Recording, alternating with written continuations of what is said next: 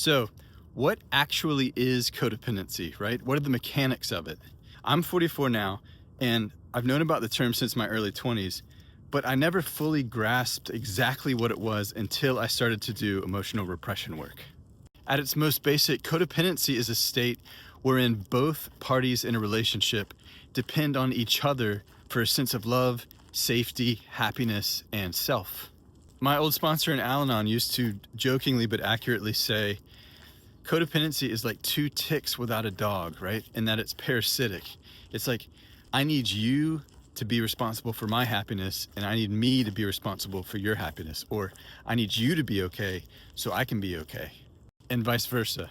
And I remember when he said this, I laughed, but I also felt like freaked out and exposed because I thought to myself, oh my God, this is like almost every close relationship that I have. Turns out this is actually pretty normal. I mean, there's a lot of people in Al-Anon and in therapy that are dealing with codependency. And we only have to look at the mechanics of it to start to understand why it's so normal and status quo. Codependency is normal, aka prevalent, because emotional repression is.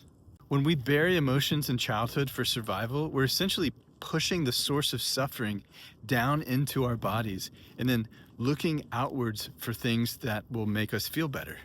For some people, this is drugs and alcohol. For some people, this is work or sex. And for some people, this is other people, right? Addiction is addiction. It's an attempt to regulate a dysregulated nervous system, right?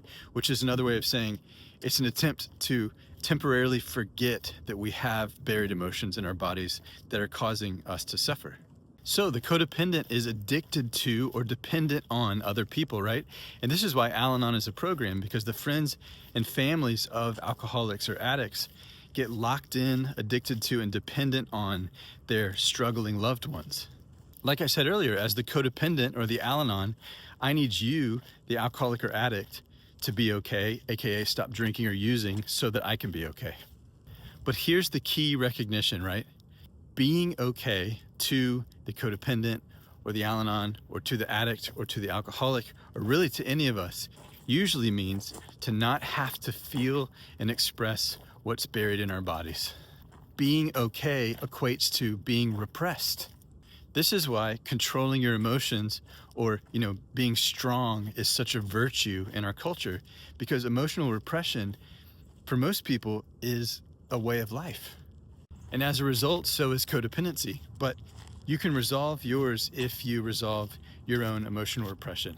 If you'd like to learn how to do that, visit repressiontest.com.